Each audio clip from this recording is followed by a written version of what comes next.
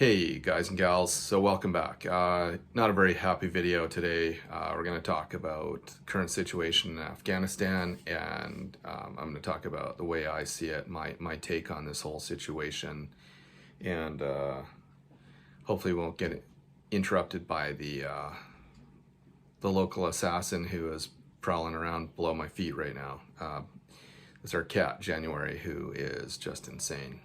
Killed a rabbit the other day. A rabbit. She's a cat. The rabbit's like 2/3 her size. She's a cat. So, she's actually a great example of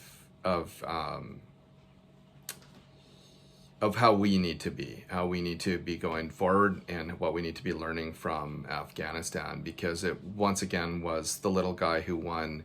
And it was the little guy who won by fighting a type of warfare that we just don't seem to grasp today. We don't seem to understand that it is not about big machines and technology and stuff like that. It is about control of information, perspective, and so on, and what we do with that. Largely, the failures that we are seeing right now are administrative failure. They're a top-down failure.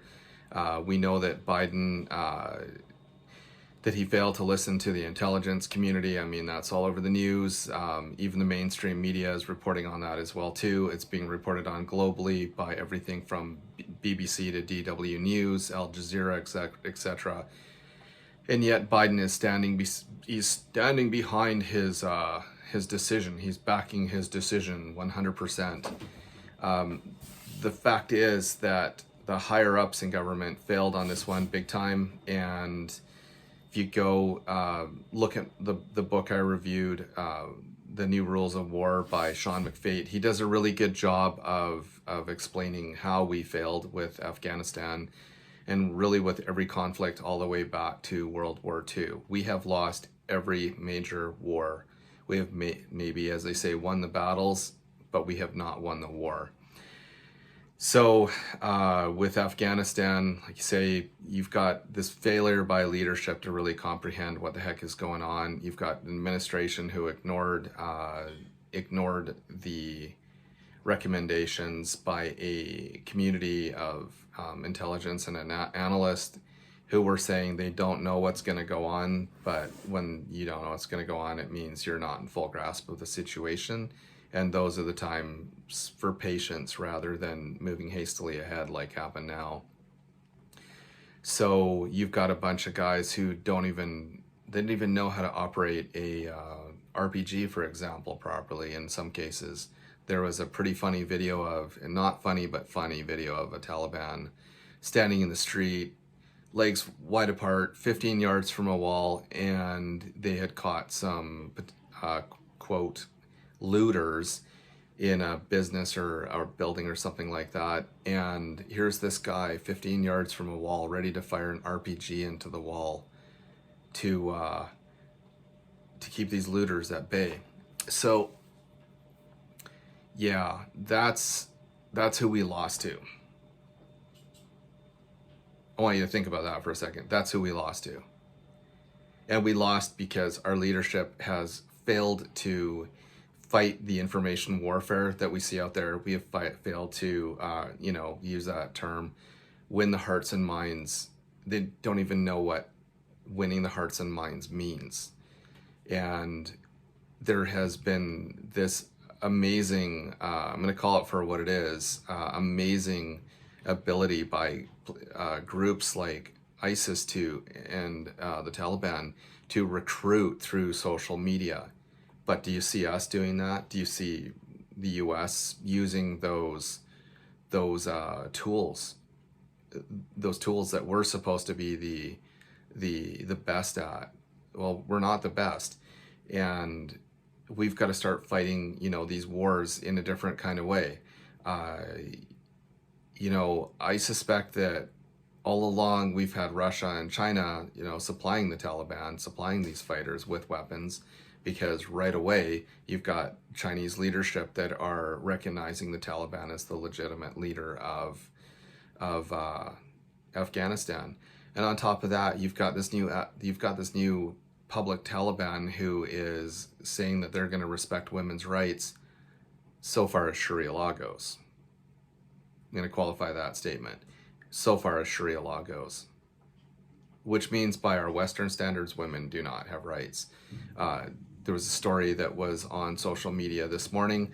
It was passed on by one of the big players of social media in the industry, and the guy was talking about how an interpreter that he had been friends with and worked with closely for years had been executed by the Taliban. His his government ID had been melted into his chest. He had been tortured, hung. His wife and kids, with the exception of his daughter, had all been murdered, and his daughter was taken as a Taliban bride. So on one side, you've got this public media circus and all of the Western media talking about how there's this new moderate Taliban that's out there. Well, it's smoke and mirrors. It's just putting on a front, and it's robbing the Western world of the will to fight there. And if you don't have the will of the people, well, you don't win wars. So where the U.S. has failed on this is winning the hearts and minds of people there, but also people here. And we've also failed to maintain the Iraqi military, or not the Iraqi, the Afghani military, just like we failed to maintain the Iraqi military. It's the same situation over and over again. And if we had learned for anything from Iraq, then we wouldn't be facing this situation. If we'd learned anything from Vietnam, we wouldn't be facing this situation. But here we are once again, Vietnam 2.0, and things are just a huge mess geopolitically. Yeah, just crazy days ahead. We don't know how this is going to pan out geopolitically. What's for sure is that Russia and China have a better relationship with the Taliban, and we're going to be going to the table basically with our tails tucked, and that's a shameful place for us to be. So shame on leadership and government who failed to take advantage of super simple tools that we could have used to win this war, to keep our troops even safer, and for the sacrifice of all these lives basically for naught. It's gone right back to where it was, if not worse. But we're not going to see it, and you're not going to see the willpower to fight this war again. So guys, that's it. That's my take. God bless all of the veterans that were there, all those families that have lost people overseas in Afghanistan, and those veterans that are suffering now with severe PTSD and health issues from fighting there, from medications they were forced to take as being military members, etc. Everybody's hearts are breaking over this whole situation, but I ask you guys, stand strong, don't commit suicide, don't give in to the depression and the lack of hope that you guys might be feeling right now.